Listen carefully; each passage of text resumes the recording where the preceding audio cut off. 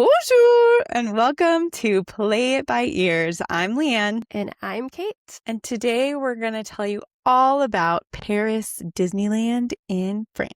Wee wee! We'll cover like booking tips, how much time we recommend, what you should make sure to do while you're there. But of course, we'll start with, is it even worth it? Is it worth going halfway across the world to go to Disneyland in Paris? But let's start with what we're wearing. Kate, tell us about your ears. Well, these ears came to me today from my lovely friend Leanne. She was just like, hey, did you check your mail lately? And I'm like, no, I checked it. These are ears from the new Adventure World, previously Walt Disney Studios, the second park that's in Disneyland Paris. They're so beautiful. Let me see if we can see them up close. They're like this beautiful, like pink, blue, purple, and they have the different attractions. So there's like a Frozen one, a Tower of Terror, a Ratatouille. It's so amazing. Thank you so much. They're so thoughtful, and I'm obsessed with them. This is perfect for this episode. And then for my outfit, I'm just wearing my Disneyland Paris sweatshirt again. So very fitting, on brand. Nice. What about you? What are you wearing? Well, I don't really have any Paris Disney clothes. I brought my Adventure World backpack, but I'm not going to sit here and wear it the whole time.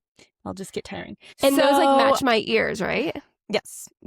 Super cool. So I am wearing very American fashion, but I wouldn't recommend wearing this in Paris. My Gap sweatshirt that has all the Mickey characters in patches on the sleeves. And that's cool. Yes, it came that way. So, don't sleep on Gap and Old Navy for your Disney attire. I do have a mug from Disneyland Paris. Ironically, it's in English. It says, I need space. And it has Buzz Lightyear, who's one of my favorites. And then on the other side, it says, and caffeine. And then it has the Disneyland Paris logo on the bottom. So now, did you get that this last trip, or have you had that from previous trips? I think I got this on our trip. Okay. That's awesome. I have a Paris Starbucks mug, but like I said, it stays really high up and it will not be partaking in drinking it. Mine is right here. So don't bang against it when you're talking. No, and it's not ready for drinking because it's holding like pins and stuff that I haven't like sorted away. Very nice. All right, let's get into it. Disneyland Paris. We have been to every single Disney park in the world, and we're going to probably do an episode on each of them. But because you have just been to Paris recently, I figured this was a great one while it's still fresh in your mind. I'm going to say 3 times I've been to this park, but it has been like almost 2 years since I've been. I haven't seen the new Adventure World park. It was still Walt Disney Studios when I went last. So I'll be looking to you to give us all the like little details and like some of the transportation logistics and stuff, especially from your trip. But I still have some recommendations of how to hit ride order, rope dropping, all the efficiency stuff. I went in June, right after Adventure World opened. I went with you, and I don't know if you remember, I was pregnant, trying to kind of hide my belly. Hide it. And And 2 of us in the group did the half marathon that they unfortunately don't do anymore after COVID. So we got our chateau. You were like pretty pregnant too, right? You were like 6 months pregnant running a marathon. Yep. That's crazy. Half marathon. But yeah. Still. Yeah. And then I went in college. I went in college on a day that I was studying abroad and I guess just missing America. I don't think I knew that. So yeah, is it worth it? I'll start and then I want to hear your take. So first of all, if you want to go to Paris, you should go to Paris. Like Paris is amazing. It's as amazing as everyone says it is. To me, if I'm like, we were already going to go to Paris. And so as a fan of Disney, this is something that I'm going to advocate for spending 1, maybe 2 days at Paris Disney. I don't think I would make the trip to Paris to see Paris Disney. And I was kind of trying to like unpack why I felt that way. And like Paris Disney, the quality is great. It's the quality you expect anywhere else. And like the people who work there are friendly. It's great. But I was thinking like, what can you count on when you go to every Disney? Like when you go to Disney World, you can count on it's the biggest. you can count on it's Florida, like it's vacation, like you're going to spend time at a pool. Your hotel is going to be a resort, not just a hotel. And when you go to California, you can kind of count on this like nostalgia, like it's the original, you're near Hollywood, like the California vibes are real. And we can get into those other international parks and what you can count on. But in Paris, it's like, well, I can count on the food being good. And that's it. So that's kind of my hot take to start us off. Kate, what do you think? What's really hot take about that is anytime I watch YouTube videos of people going to Disneyland Paris, everyone complains about how bad the food is at Disneyland Paris. Like not Paris, but like in the park is really bad food. Especially, I don't know if we can get into it later, but like if you ate at the World of Frozen, like Norwegian Nordic restaurant, people really are having some iffy issues with that restaurant. Okay. So that's I think I picked some good food your... spots. Okay. Yeah, so we'll get that's into fair. it. Another question when you were talking, you said that you were going to Paris anyways. Do you think it had any impact on your selection of going to Paris? Like all else equal, or like no Disney, would you have gone to like London or Italy, or like you truly had your heart on Paris and then that was a nice to have? Or was it like, oh, well, Disney's also there, so maybe we should do Paris? We were going to Paris anyway for a family member bucket list trip. And I said, I will go if we can go to Disney. So we were going to Paris. But when we do our episode on Tokyo, that is a Disney park where I would actually be pushing for like, we should really go to Tokyo because I want to go to that park. Yes, that's fair. Okay. How I feel about it. So it's interesting because you and I worked for a major airline for a while, and we literally have flown to Paris for Disneyland Paris. And we've also done it for like Tokyo and Shanghai and Hong Kong. So like, I don't know if I'm the most qualified person to answer that question because I have done that. Now, I will say I agree with you where it doesn't feel as unique as some of the other international parks that you make a trip for. I don't know. I'm having such a hard time with this question because, yeah, I don't want to go anywhere if there's a Disney and not go to the Disney. You know? Yeah. Yeah. Like now, do I think you need like a full week to go here? No. Oh, do I even think you no. need 2 days? Probably not. Like, I feel like we could easily do both parks in a day. I think maybe you did or we've done before. 2 days would be great if you could swing that. But I don't know, especially with new, like if you don't think Tokyo or Hong Kong is part of your future for whatever reason, whether it's cost or just too far or whatever, having the new World of Frozen land being Paris, that in itself could be a reason to go. Well, and I think you're starting to hint at something else. Is like World of Frozen is part of this bigger expansion, but it's like a carbon copy of Hong Kong minus like the new Oaken ride. And it's the exact same ride as Epcot. When Paris opens their like first ever Lion King land, then they'll finally have something that no other park has. And as they continue to develop that area, maybe there will be more of like excitement to go and spend more than one day. Yeah.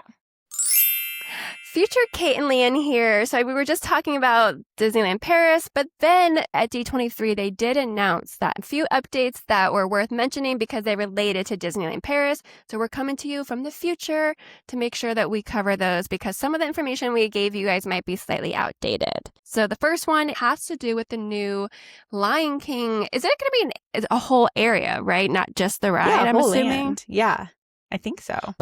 But the ride itself will be similar to either Tiana's Bayou Adventure or Splash Mountain, where it is a boat ride that has a giant drop. They announced at D23 that there will be a Scar animatronic, which is super cool because I don't feel like we get enough villains as animatronics in rides. And you were talking about there's not a lot of conflict in rides. So they talked about having a Scar animatronic and they're having some sort of confrontation with Simba. And I'm assuming that's going to happen right before you go down the drop. Yeah, I'm excited about that because, yeah, it sounds like there'll be conflict. You made a really good point that, like, this is not a kid's ride to begin with. Like, let's put a little drama in there. And it seems like it's going to be more actually, like, aligned to the movie, not like something happening after the movie because it is Scar and Simba's confrontation. True. So you're actually going inside of it versus post when, sadly, Scar is no longer there. I'm excited. I can't wait. Yeah, it makes me excited to go back to Paris in a few years. And then one more thing was announced. We talked about Star Wars Hyperspace Mountain. Right now, it does have a Star Wars overlay on it. So similar to Disneyland in California, and you hear the pew pew that we talked about before, that also happens with this one. This version will close at the end of 2027 and then go back to the original, which is just Space Mountain de la Terre. You do it. De la Terre à la Lune, from the Earth to the Moon. Thank you. So getting rid of Star Wars, going back to the original. The classic soundtrack, and it has an enhanced queue where guests can watch the trains launch and some brand new special effects. So going back to the old school, but also maybe just zhuzhing it up just a little bit, making it fresh and fun. So that's what's happening there. With that, let's go back to past Kate and Leanne.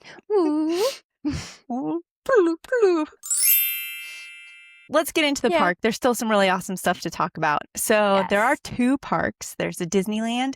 And then as Kate mentioned at the start of the show, the second park was called Walt Disney Studios, but now it is Adventure World.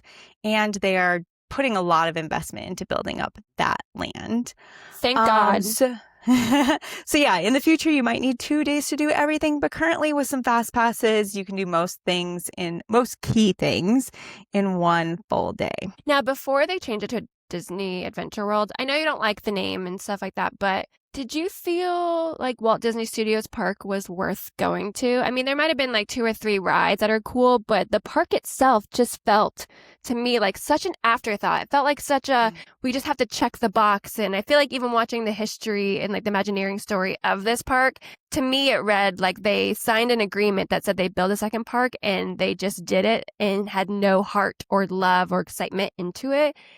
And I'm kind of like California Adventure when they first made that. And I'm so happy that they finally came back around and said, let's actually invest in this and make it up to date, new lands, cool things, retheming to Marvel for a lot of things. What are your thoughts on that? I mean, when I went in college, they didn't even have the Pixar area. They didn't have Crush's Coaster. They obviously didn't have the Ratatouille ride. It was really bad then. Yeah.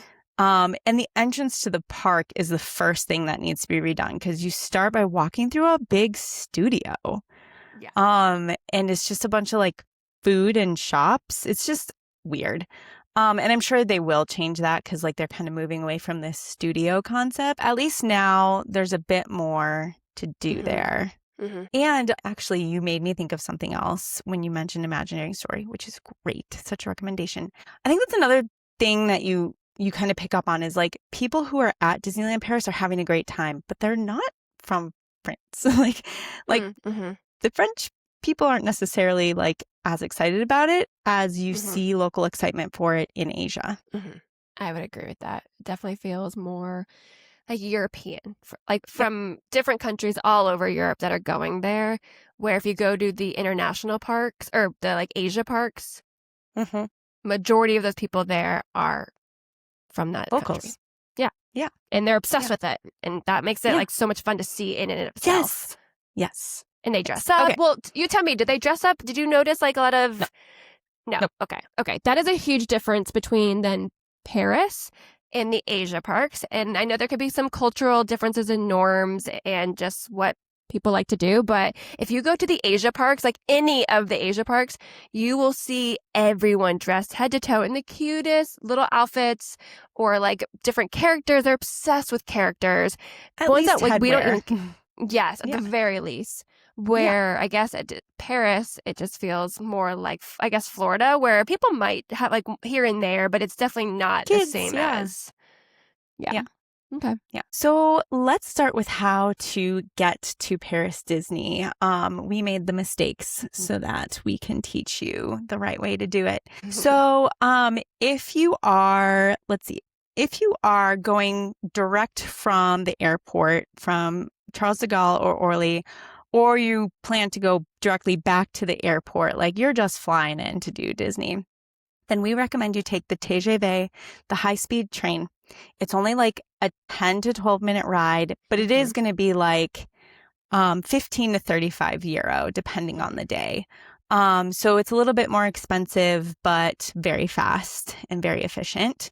There is also a magic shuttle that I believe you can book through Disney. We didn't do this. We put our Disney part of our trip at the end of our trip, so we took the TGV back to the airport. Did you buy your tickets from Disney for that, or did you buy them like at the train station, at the Disneyland train station? For the TGV, we bought them at the train station. And like when we went, we bought it from the airport train station, like that's located in Charles de Gaulle, right? Yes. Yep. Because we went the other way. There is a train station within walking distance of the Disney parks and most of the Disney hotels. So very convenient. The mistake we almost made when we went was when we were at the airport buying our train ticket to Disney, we bought an RER. RER. And that is like the city train that has many, many stops. It's cheaper, but it's going to take a longer time to go from the airport to the park or vice versa. However, if you are coming from the city center, then the RER Line A is part of like the metro system. So if you've bought like a tourist unlimited pass to use the metro, it probably covers this as well. So it's very low cost to use this to get to Disney. And they make it super easy to make sure you're on the right train. All the signs have a little Mickey symbol. All the Line A signs have the Mickey symbol for the correct direction. Another option, if you're coming from the city, is the Disneyland Paris Express bus, which you also book through Disney. When I researched this, it seemed like more of a round trip thing that you wouldn't necessarily bring a bunch of luggage onto. It's more like if you don't want to stay at Disney, you want to stay in Paris City Center, but you want to do a day trip out and back. That seems like the best option. And they have multiple pickup locations around Paris. That's cool. I did not know that existed. Of course, you can rent a car. If you're already renting a car, you can do that. But of course, you can Uber. But those are going to be more expensive and more choose your own adventure. Yeah, the train was easy for us. I've taken it from the city center. That was easy. Like you said, with the little Mickey icon, made it easy to follow. And then, the one from the airport was so fast. And it's $35, which is kind of on the higher end, especially when you're looking at the RER train prices. But you can't beat 15 minutes from an airport to Disney. Yeah. So I recommend that if you're coming from the airport. Yeah, especially if you have a small group. Okay. So where to stay? So if you decide that you want to stay on property, there are actually 7 hotels to choose from. And Kate and I have both stayed at the iconic Disneyland Hotel, which is like their top tier hotel. It's attached to Disneyland Park. It is like built over the entrance to the park. So extremely convenient. It's the flagship, right? Like there's one in Tokyo. It's kind of like the Grand Floridian. Like it's very like turn of the century styling. This hotel, you mentioned we stayed there. It's super beautiful. I agree with everything you said. It's so convenient. You're walking right under it to get into the park. This is also known as the only 5-star Disney hotel in the world. So if that is like Grand Floridian's not? That's what it says. That's what they're boasting, saying it is considered the only one that's 5-star Disney hotel. But other iconic properties like Grand Floridian, Tokyo Disney Hotel are luxury tiers and high-end pricing.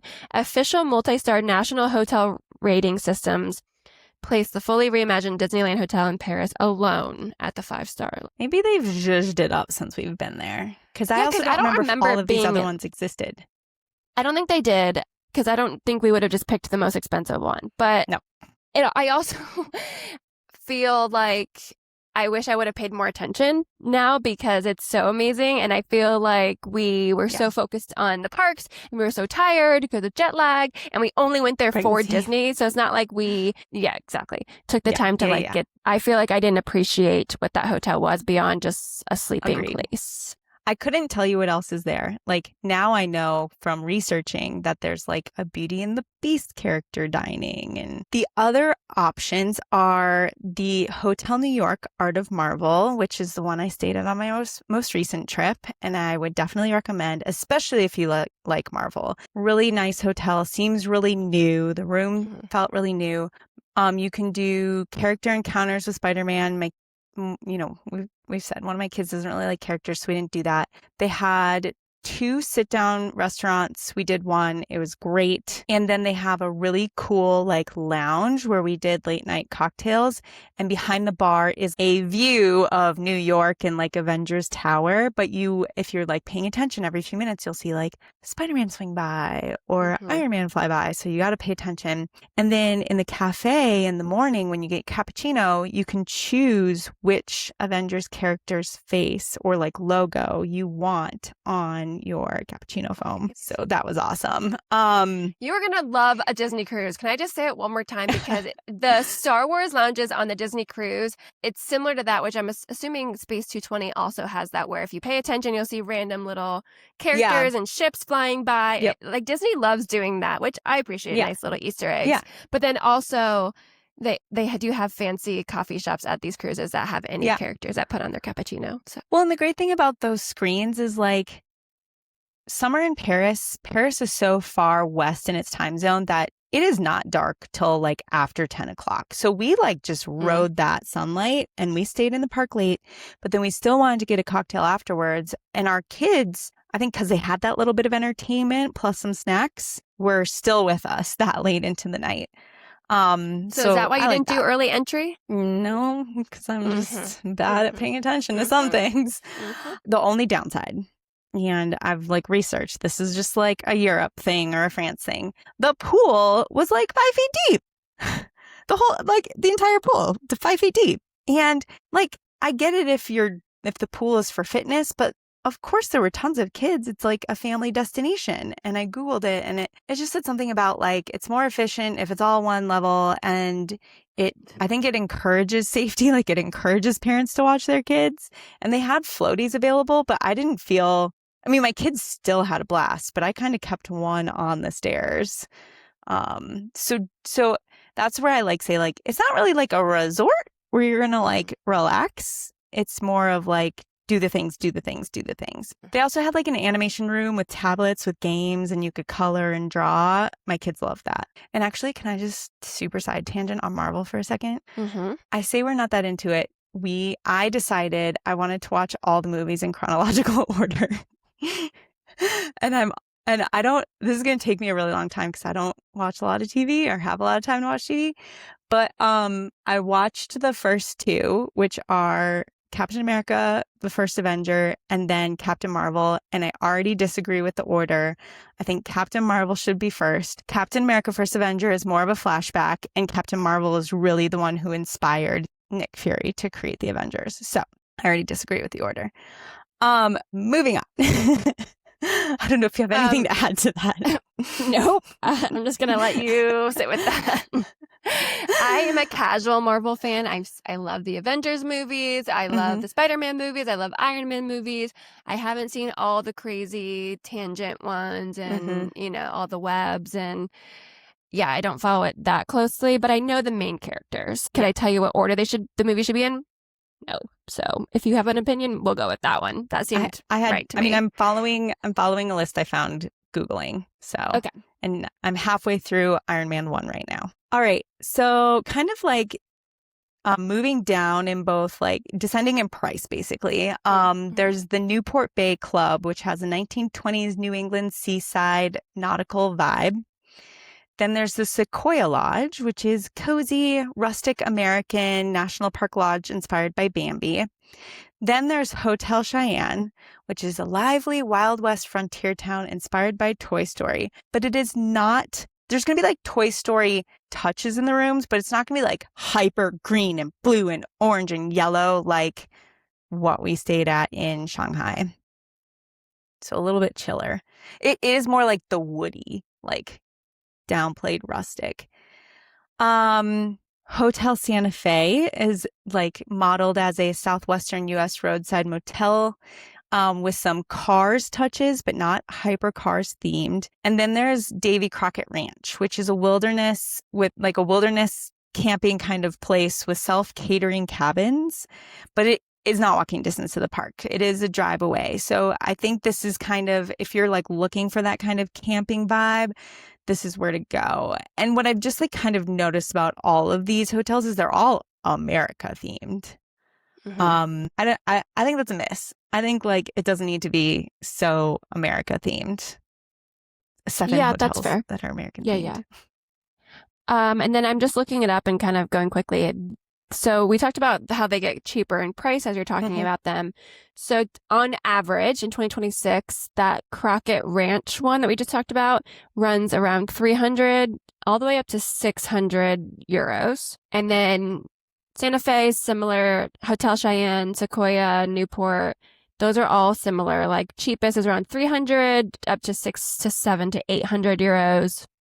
And then the one that you stayed in, the New York one, that one is like 450 to 1,000 euros. And then the Disneyland Hotel, which is that fancy one, is the cheapest is like 700 euros and then goes all the way up to 1,500 depending on the time of year. For my most recent trip, I did kind of shop around the area and look at non-Disney hotels. You can absolutely get a way better price for a local hotel. And it looked like there's some really great options. They're kind of riding the wave of being near Disney.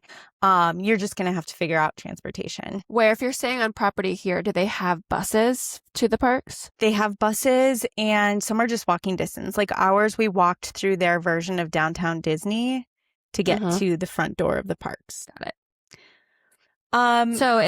Just really quickly, it looks like the ranch one that we talked about, you mentioned it's far and it's a 15-minute drive. This says that there's not a shuttle. So if you are planning to come here and you're looking at the Disney hotels, do your research on transportation that's provided, whether it's walking or not, whether they offer a bus or not, because I would hate for you to book that one and then you have no way of getting there. Yep. Thank you. So benefits of staying on site. You do get the extra magic time, so you get to go in a little early. Proximity, of course, with the exception of the Davy Crockett Ranch. Character encounters that, a lot of them are just like meet and greets, not necessarily character dining. And then I do recommend when you like book your hotel, they sell it as a park ticket bundle. I didn't want to do this because I wanted to stay 2 nights with 1 park day in the middle. And what they wanted to tell me was 3 days of parks. And so it's a lot of work to debundle the bundle. I had to call to book the hotel without a ticket, which was a $35 international phone charge. And then booked the ticket for my 1 day online. When I checked in and we checked in early and our room wasn't ready, they looked at me like I had 2 heads when they suggested well, you could just go into the park. And I was like, well, I don't have a park ticket. And they just looked at me like I was crazy. So I just of course it's going to be a little bit more money to add on park days that you don't plan on totally using, but the parks are a little cheaper than America. So I don't know.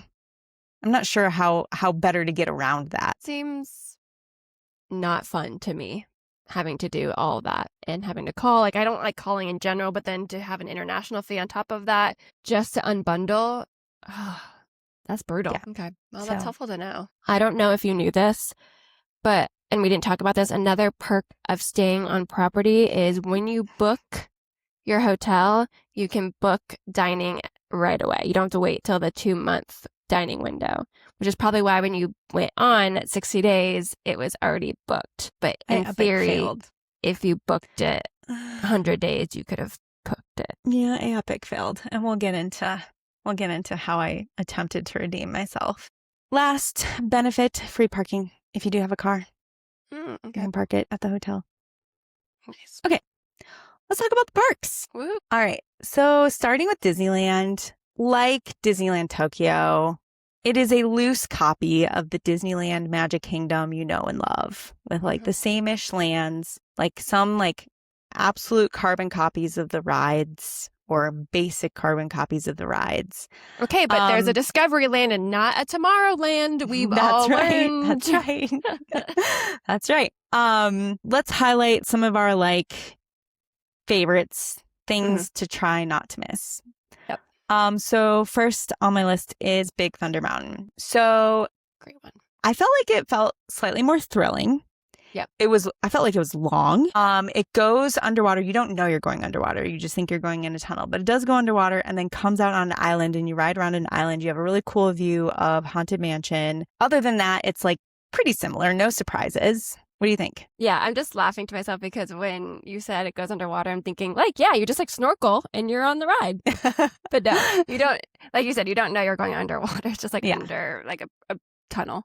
But yeah, no, I think the overall vibe of it is very much the same as Big Thunder here in the States. It's not so different compared to like a Hong Kong that's so different where if you missed it, would I be like, oh, I'm so sad? Probably not, because the last time I was there, it was closed for refurb, and while I wanted to ride it, it's not so different. That said, it is better than the ones in America, I think. Like you said, it's faster, it's longer, it's more thrilling. So yeah, I would definitely prioritize this if you can. If it's open and it's there, please ride it, because you'll like it. Peter Pan, I feel like we have to mention this because we can never figure out why people love it so much, but it's pretty much the same. Yes, and I will say this one gets a very long wait, just like the ones here. So unless you have kids that absolutely love it.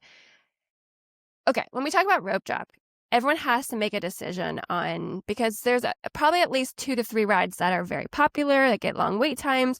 So you do have to make a choice on which ride you're going to hit first, and you may have to sacrifice another ride. To me, like I said, unless you have kids that love it and that's their favorite thing, 1, just save it for when you're Disney World. But 2, you will sacrifice other fun rides if you do this because it will have a long wait. So I highly recommend skipping it. It's not unique in any sort of the thing. So next, a more unique ride is the Indiana Jones Temple of Peril. And this is an outdoor roller coaster that's inverted, so a bit more thrilling. It is like going to jostle you a little bit. So if you don't like that, I would say skip it. It is inverted. Unique. What do you mean inverted? Upside down. Okay. Yeah. Sorry. Inverted, I was thinking the ones that like where you hang. Oh, like Peter Pan where it's above you. Yeah, no. Yes. I meant to go upside down. Okay. There's inversion. Yeah. So it's unique in that there isn't a version of this in America. There is a version of this in Tokyo. If we're just, gonna get specific here. But yeah, it's called Raging Spirits. I've been on both, and I will say if you are gonna go to both, do the one in Tokyo. Yeah, and it's not like heavily Indiana Jones themed. No, it's not oh my gosh, that ride was amazing. Right. But if you're looking for the things that you can't do elsewhere, that's one. It's just an outdoor clunky coaster. This one is not comfortable. Like I said, if you're going to do one of the two, do the one in Tokyo. That one, the seats are comfier. The ride feels smoother. I don't know what happened to this one, but you really feel the wear and tear and just your head will kind of get jostled around on this one. So, and like you said, it's not really themed to Indiana Jones, like very loosely. If I closed my eyes and opened it, I wouldn't like immediately think, oh, that's Indiana Jones. I'd think, oh, outdoor roller coaster. So, an archaeological dig site. Yeah. To me, it's a skip unless you are a huge coaster junkie or it's a short wait. Then ride it. Yep. All right. The next one is not a ride. It's a walk-through attraction, but underneath the castle, there's La Dernière du Dragon. And so thank you. It's like this life-size animatronic dragon who's like laying in like a dripping cave, and he kind of wakes up. It's like supposed to be Sleeping Beauty's castle, so it's like Maleficent, the dragon, and he wakes up and he kind of looks around and like steam comes out of his nostrils. And for us, this was really cool. It's quick. It's a quick hit, so don't skip it. This was really cool because one of my kids loves dragons, so he really likes seeing it. I had a hard time finding how to even get down there. I had to ask directions. But I think also right there in the area where you go down is I think it was like a Christmas shop. So if you like Christmas and ornaments, I think I got an ornament there when I was in college that I still have. Get in that area, get your Christmas ornament, go see the dragon. If my memory serves me correctly, if you're looking at the castle, it's kind of like down around on the left-hand side. Yep.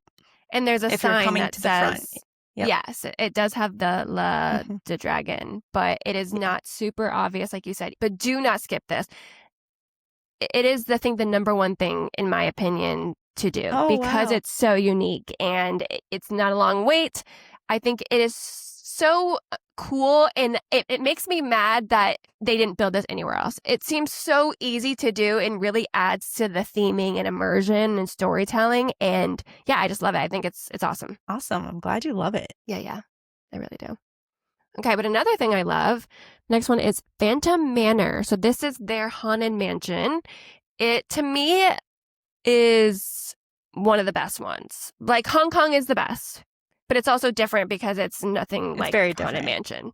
But if you're thinking about rides that feel like Haunted Mansion, Phantom Manor is to me the best one. I think it's scarier than the other ones. Like not so scary that you can't bring your kids on. It just has a little bit of a creepier vibe than the silliness that you'd find in the other ones. I love Haunted Mansion in general. We know this. So to me, this is definitely a do not skip. I mean, we love Haunted Mansion. Yeah. And this is a good one. Why don't you do the next one? Because this next one was closed when I was there last time. The time before that, I was pregnant. So I don't remember. If I rode this one in college, I barely remember it. All right. So this one is Star Wars Hyperspace Mountain. And if you've been on Space Mountain in Disney World or Disneyland, you might think it is the exact same clone. It is not. It is so different. One, because it has a launch. So as you're going up, it's not the click, click, click rickety thing as you're launching off to space. No, you are being shot off into space at pretty fast speeds. And there is an inversion. I think at least one. Between 1 and 3. I don't know the exact number, but you have like a full over the shoulder lap bar because you are going upside down. So just be prepared of that if you're going to go on this ride. It has a steampunk vibe to it. Super cool. I love that theme. Like I love the coloring of it. I think this is probably, well, I don't know if it's my favorite version of Space Mountain. I don't know. I think the one in Tokyo that's being built right now is probably my favorite. But I do think this is so unique. Even though it says the name Hyperspace Mountain, it is different enough that I think you have to ride this if you go. But it does get a long line. So you have to think about this. It's very popular. So let's skip Peter Pan. Let's probably do this one. Okay. Yep. We're all in agreement. Okay. Last one worth mentioning in Disneyland Park, Pirates. It's just because we love pirates. And it's like Phantom Manor. It's what you expect, but it's good. And one of the longest versions. I don't know if it's as long as Disneyland, but I will say there are some scenes in here that are unique. Like, I think there's like some shooting across from each other that I'm remembering that you don't get. Remember. So, like, yes, it has the general vibe of pirates in the storytelling, but it is not an exact clone of either of the ones in America. So it's another one that if you like it here, please ride it because it's unique enough that I think you'll appreciate it. Yeah. A few other things to mention that are not rides. Captain Jack's Restaurant de Pirates is attached to the ride, a lot like Blue Bayou in California and Shanghai. And you might see Jack. So I didn't eat here. We ate there when we went. And I remember the food being, okay, this is more of a, I can see the ride where I'm sitting from this restaurant. That's cool. Yeah. Agreed. Wasn't, but I think general the food it's fine in France. So. Yeah. On this trip, we ate at Waltz, which is kind of the more date night upscale restaurant. I thought the food was great. The dining is like you're in a turn of the century house. It's right on Main Street. We were by a fireplace. It was pretty. If you watch the Behind the Attraction episode about food, they feature this restaurant. So I thought that was cool. And that was one where I got the little fortune teller thing. I don't know if we did. I don't think we did. Okay. Cool. So those are some of the restaurants that I recommend in this park. And I wanted to highlight some shows because I'm such a big ride person, but I'm also a completionist. And I think there are a few shows here that I would say you should definitely check off your list. The first one is the Disney Tales of Magic. It's a nighttime show. It has projections and fireworks and effects. I have not seen it in person myself. I've seen videos of it, and it looks awesome.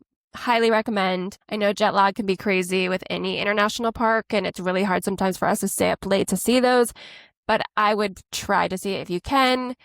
And then the Lion King show. It's similar to the ones here. It's a 30-minute like Broadway style show. I don't think it's like the Lion King in Animal Kingdom. I think it's similar to ones that you might see like on Broadway. I think I saw one in Shanghai before. I might have seen it in here. I think more of like just the retelling of the show or the movie itself versus fun acrobatic things that you'd see in Animal Kingdom. But okay. It's in French, but you can follow along easily. Mm-hmm. And then I would say the parade is worth it if you happen to catch it or you just love parades. Like I love parades. I think it's a great way to just see a variety of characters. So I would go on my way to do it. But I don't think it's so amazing that you need to stake out for, get a spot in line early. If you just happen to look up and see it, great. Yeah. Cool. So let's move across the street to Adventure World, which, as we've already mentioned, is a work in progress. Mm-hmm. But if you're going soon, here's what we would recommend. So Avengers Assemble Flight Force used to be Rock and Roller Coaster, Aerosmith Rock and Roller Coaster, just like in Hollywood Studios. They rebranded it, if you will, to be an Avengers thing featuring Iron Man and Captain Marvel. Good if you like Avengers, good if you like roller coasters. Again, this one does go upside down and it does launch you. So good coaster. What was fun is while my husband and I were taking turns riding because our kids weren't tall enough, there were a couple times where Deadpool came out and was like dancing for the crowd. So that was kind of cool because they've turned that whole area into like an Avengers campus. Like in California Adventure? Yeah. Super unique roller coaster that you won't find in any other park. Crush's coaster. Crush from Finding Nemo. I finally got to do this one because I was pregnant when we went. Yeah. This is one that I would say is the number one rope drop ride. It immediately gets a 90-minute wait and it stays at 90 minutes throughout the day. They do have a single rider line. I have waited in that line. It is also pretty much just as long as the regular line because it's only 2 and 2 and it just does not move fast. I will say this is a really cute ride. So it starts off kind of a dark ride and you see Crush and the people from Nemo and you're going up the hill. And then it turns into a coaster that's still in the dark inside. And the way it's unique is it's like I said, there's 2 and 2. You're in like a little like turtle shell, I want to say. Mm-hmm. And 2 people go up the ramp facing forward. Other 2 are facing backwards. And then as you're going on the track, you're spinning freely. So it's not pushing you like Guardians of the Galaxy Cosmic Rewind where they're forcing you into a certain direction. That's this is choreographed, based off of, I would say. Yeah. Yeah, this is not choreographed. It is free flowing based on weight and the way you're moving around, which creates a spinning. If you take the cool theming out of it, if you've ever been on a spinning coaster, like a generic one at any of like the theme parks at Six Flags, that is what this is, but it's really cutely themed. Well, and I feel like the track is like Goofy's Flight School, just indoors. It's very compact.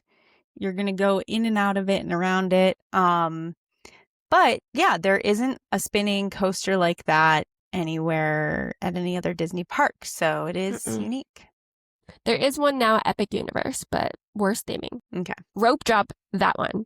Like, bam, you're hitting it. Get in early because you're staying on property. And just we talked about it. You get early entry, Leanne. If you're staying on property, you get it. So use it. I know. And I then, paid for it.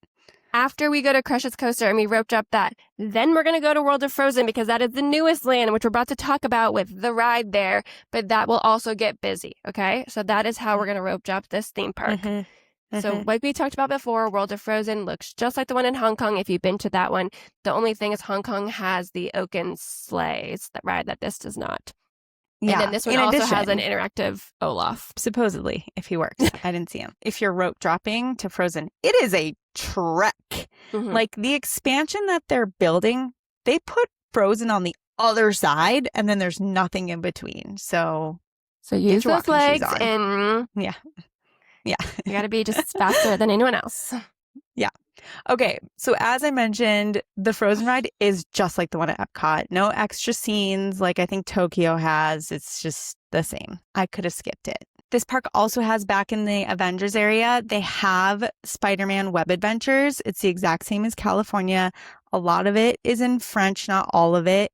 But it's the same. So if you like that ride, go for it. And then they also have the original Ratatouille ride. So when we went last time, this was unique to this park. It was before they copied it into Epcot, and it's basically the exact same. The one cool thing is when you get off the ride, you have a view into Chez Remy. I think it's called Chez Remy. Bistro Chez Remy, which is a restaurant that I was really trying to get a reservation to, but could not. And I have no idea if the food's good, but what I like about it is you're still a rat in that restaurant. And so like your chair looks like it's made out of like a champagne cork and a bottle cap. And the table's a button. Like it just all looks really cool. Yeah. And then the last one is Tower Terror. They do have one here. It has not been turned into Guardians. It is just like the same creepy, scary vibe. So you know how when you ride Tower Terror, you have like that whole family. There's like an old lady and a man and a wife and kid. This is themed to one little girl. And she is so creepy. Yeah. And I mean, it shows the family, but she interacts with the audience differently. She is like the storyteller throughout the ride. And it's all in French besides a few little key phrases in English. That's like, get you, or something like, just like simple phrases. Yeah. In this little innocent maniacal voice that you will have nightmares about. So that is the only difference is she is, yes, the whole family's there, but she is like, you hear her voice throughout the up and down motion. I think it makes it creepier. Okay. Other key things, I'll hit on food. So near Ratatouille, there are some food stands that have like more like French, maybe German, Belgian, like food staples, and then wines and beers. I thought those were really good. Like we got like a few different things. It has a festival booth vibe to it. We got a few different things, shared those. And we thought all of that was really good, but that's definitely like not even quick service. Like there was like some standing tables, but it was good. Okay. And then I'll talk about some shows. So the first one is Disney Cascade of Lights. This is relatively new. It's a nighttime show. It has water scenes, drones. I will say you can't see both shows on the same night because they usually go off around the same time if you're at Disneyland or Adventure World. So if you're park hopping, don't plan to see both of them all at one night. So if you're only there for one day, you will have to pick one or the other. I think they're both great. I probably would lean more towards the Disneyland one, but this one's still new, so who knows? Yeah, I think, like I said, nighttime shows are great. You should try to see them.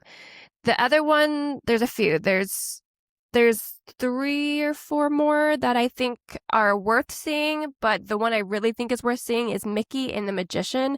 It's 30 minutes indoors. It's very popular. I would say try and get there 30 to 45 minutes in advance, which I know that's kind of crappy, but you can pay in the app. So this one, the next one, any of the indoor theater shows, the Lion King show, I think it's Mickey, Pixar, and Lion King. All 3 you can pay in the app for guaranteed entry. And what happens is you will get let into the show first. So you can pick your seats before anyone else does. So if you're interested in that, go on the app. But like all these shows, you can do same day walk-ups. Just make sure you get there 30-ish minutes in advance to get a seat. And like the Mickey one, I would say is characters. Just think of a normal Mickey stage show. I just think it's really good. The next one is Together, Pixar Musical Adventure. Also 30 minutes. I would say it's another stage show that's cool. If you love Pixar characters, you're really going to like this one. Very immersive. Singing, dancing, live actors. Or live orchestra, sorry. So depending on what your vibe is, if you like Pixar or just like classic characters, pick one of them. I think you're really going to like them. And then the other one that's new is called The Celebration in Arendelle. It is an outdoor show where you see Anna and Elsa and Olaf and Kristoff. Olaf, if he's working. It's cute. If you love Frozen, you're already there and it starts showing, like, by all means, stand there and watch it. Is it a must do? I don't think so. I haven't seen it personally. I don't think you probably have seen it, but I've seen videos of it. This one you cannot book in advance. So if you are there, it's something you got to catch. Yeah. Yeah. Yep. Okay. And then just kind of round us out on all the areas. There is, like I mentioned, a Disney Village. So like downtown Disney, a free area that has shopping. You can get your Starbucks mug there. There's some dining. There's a great cafe. There's a great like kind of grab and go for breakfast foods to grab on your way to the park. And while we were there was a lot of it that was under construction. So a lot more to come. Not as much. There were some bars in this movie theater. So maybe they're trying to get the local nightlife, but I wouldn't go there for that. I've heard that they are opening, or they might have already opened, so you confirm if they did, a new McDonald's at the Disney Village. Do you remember seeing it? Yeah. Supposed to be like a brand new flagship, beautiful McDonald's. It was a very nice looking McDonald's. Yep. I'm sure you could get a croissant there. Yeah, maybe. Okay, so some quick planning tips. So I already mentioned the bundle. I would say like research it, consider it. Even if you're only gonna like your edge days are partial days, like it might just be worth getting the bundle and going in. Maybe I didn't notice I could book my hotel or book dining because maybe I broke something booking the hotel the way I did. I don't know. It That just could seemed be like it. I broke something. Yeah. Get the app. Just like all Disney parks, they have their own unique Paris Disney app. And then the last thing I want to cover is their lightning lane, which they call Premier Access. And Kate's already laughing at me. So much like Florida, there is an a la carte option. So if you just want to buy one pass for one ride for like 1, 2, your whole party, whatever, you can do that. It's like your single pass lightning lane, right? It's a single pass. Yep. And it's between €5 and €18, depending on the ride, the day, whatever. You don't get to pick the time. It's like right now it's 9. So if you want 11, you got to wait and keep checking until it says 11. So you just get like next available and you got to play that whole game. They do not have a multi-pass equivalent option. They do not have this like middle tier where you can buy and get 3 and then more as you go or anything like that. That option doesn't exist. So then we go straight to the most expensive option, which is Premier Access Unlimited. So this is like the new Florida, what do they call it? Like Premium or Premier Lightning Lane. I think it's called Premier. Access. Yeah. Yeah. Where for everyone you buy it for, they can enter any lightning lane at any time once per day. So by like our second hour in the park, I was already freaking out. I was checking all the wait times, looking at the like single lightning lane passes, trying to like get the right time. And my like phone battery was already at like 60%. And so I just have like this like very high anxiety that I'm not going to get to maximize the day before my phone dies. So you're only there I just for one like, day and you have 2 parks. So I could understand why chaos ensued. Yes. So I bit the bullet. I bought the Premier Access for everyone in my party. Yes, it was a lot of money because it usually ranges from 90 to €190 per person. And that range is so big because like you could just do one park or you could do both if you have a park hopper. Got it. So yeah, I was going to say, for people that are listening that have been to Universal and have done express passes there, that is what this is like, where you don't have to think about it. You just walk into the line whenever you want, but it is a very high price up front, kind of like express, where it differs with multi-pass, where you pay a lot less, but you're finagling on your phone throughout the day trying to grab them. Yeah. And I couldn't, you can buy this one in advance. I bought a day of, so you can do either. However, you can't, it's like all or nothing for like a person in your party. So for my kids who weren't going to ride the rides they weren't tall enough for, or who weren't going to ride some of the more thrilling rides, it felt like a little bit of an overspend. But I will say the cast members are not checking like IDs. So if I had 5 passes for Iron Man and only me and my husband were going to ride, we could like do it twice. So we used our kids' passes for some of our rides to do things more than once. I think you should do that. They shouldn't check IDs. I think you should just buy 5 passes and that gives you 5 times on a ride. I think that's great. Yeah, maybe there is no rule against it. I'm sure there is, but it worked just fine for us. How long were the wait times in that line? Which line? Oh, the like lightning the fast line? pass line. Yeah. Like how long what I was would have the longest expected. wait you waited? Like 20 minutes? There was no fast pass for Dumbo. So we waited probably 20 minutes for that one. But the fast pass ones were like They were really fast. Okay, cool. Yeah. Okay, It was so also kind of a rainy day, so maybe that helped. But assuming you got every ride that you wanted and you rode every single ride and used all of the slots you had, all 5, do you feel like that was worth the price then? Because you didn't have to stress about it. If you knew in advance and you weren't like stress buying it. Yeah. It was so nice. Was it worth the price? It was really expensive, Yeah. but it was so nice. And like my husband and I were talking about trying to like do I think it was a Universal trip. And he was like, what we did in Paris, that's what I want to do. I was like, I don't think you understand how much I paid for us to do that. And like, he's just spoiled now. Like, this is the life he wants to live. Like, walk up to any line at any time and just get in. Yeah, I think there is something to be said about just not having to use your brain and being fully in the moment, not be on your phone, not using your battery. Well, when you travel that far and you've spent what you spent to get there, and you're only there for a day. Yeah, you don't want to leave feeling like you missed out on something. Totally agree. So when I recently went, not recent, I guess like a year and a half ago, almost 2 years, I went, it was also raining, so it wasn't as busy. And there were some closures of rides. I did not buy the fast passes, and I did not stay on property, so I didn't get early entry.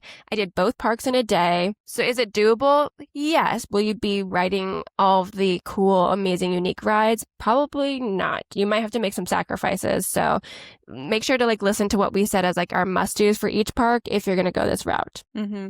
Yeah, and I think that like, if you're traveling with other adults who are so motivated, yeah, you can figure out how to do it all in a day. If you're with your children, your less motivated spouse, like they're not going to be into rush, rush, rush, go, go, go. Yeah. So, and I would say maybe if you aren't going to buy the Premier, then maybe stay on property so that you do get that early entry. Spend it doing Crush's Coaster, spend it doing World of Frozen, maybe hit Adventure World first. Hit a few of those rides and then go over to Disneyland Paris park and then hit up just those like 3 or 4 iconic rides. Pirates, Haunted Mansion, Big Thunder, those ones. Hyperspace Mountain. Mm-hmm. Exactly. Yep. Okay, cool. Well, thank you for all that information. I didn't really know all the transportation logistics. For some reason, like I know I've done them, but I feel like I blocked it out of my memory. So just having that was good and helpful. But it is time for a game. It's going to be Disneyland Paris Park Trivia. The last one is kind of not necessarily Disneyland Paris specific, but the rest are. So number 1, what ride had the longest average wait time in 2026? Rise of the Resistance In Paris. Well, you said the first one wasn't Paris. The last one wasn't Disneyland Paris specific. Sorry, I wasn't paying attention. Crush's Coaster? That was number 2. Number 1 was Peter Pan's Flight at 54 minutes. According to the Queue Time website, 54 minutes on average. Do not write that ride. We've already talked about it. But Crush's Coaster was number 2. And I think they kind of fluctuate because that one's always busy. Okay, number 2. What important feature of the park changed just 2 years after the feature began? This is for Disneyland Paris? This was just, Disneyland Paris. The whole everything. What feature? Is it that it was originally named Euro Disney and they changed the name to Disneyland Paris? That's correct. It was Euro Disney Resort. Yep. Good job. What ride has the tallest height requirement? I'm going to say the Indiana Jones ride. If it's not, then Avengers Flight Force. It is Indiana Jones Temple Peril at 55.5 inches, which seems extraordinarily tall when I'm thinking of like the ones at Disney World. Like I think what Tron is 48 maybe, and this is 55 inches or 1.4 meters. Crazy. Okay, number 4. What ride did Avengers Assemble Flight Force replace? Rock and Roller Coaster. Good job. And the last one is put the Disney parks in order of their opening date. All of them? All of them. Including like the second park? All of them. Okay, so Disneyland, California. Yep, that one opened in 1955. Magic Kingdom? 1971. Epcot? 1982. Tokyo Disneyland? 1983. Let's test your Imagineering story knowledge. California Adventure. Ooh, okay, Paris Disney. Nope. Hollywood Studios? Yep, 1989. Okay, then Paris Disney. Euro Disney, 1992, the year I was born. Then California Disney, California Adventure. No. Second Paris Park, Adventure World. I needed like a paper to like write these down. So which ones I've eliminated? Okay, which one did I say last? It was Euro Disney in 1992. Okay, but it's not California Adventure. We haven't. Is it the second park in Tokyo? Disney Sea? Hong Kong? Nope. You're just overlooking. It's Animal Kingdom. Animal Kingdom? I know. Okay. 1998. Okay, fine. Okay. Okay. We're back on track. So then, let's get back together. So then California Adventure. In 2001 in February. Very important that this was February 2001. Because the next one that means was there's also another one in open 2001. Mm-hmm. So now I'm going to say second Paris Park. Walt Disney Studios. No? You're on the right track, but no. Second, this is fine. Tokyo Disney Sea. Correct. That was in September of 2001. Okay. 3 more left. Then second Paris Park. 2002. Then Hong Kong. 2005. Then Shanghai. 2016. Good job. Yeah. I didn't realize that. I didn't realize that the second Paris Park opened like a whole 10 years later, from 1992 to 2002. Well, I was going to say like when I went, like it must have just opened. Yeah. And I guess like now there's nothing there. There's nothing there. And now the 2 Paris parks have both been renamed. Yeah. That's wild. I didn't even clock that. Well, good. That was good. Overall, you did a great job. That one was stressful. I know, sorry. This is how I feel whenever you do the games, just so you know. Okay, well, I have another game ready for next time. Okay, great. Well, with that, I've been Kate. And I've been Leanne. Au revoir. Bye-bye.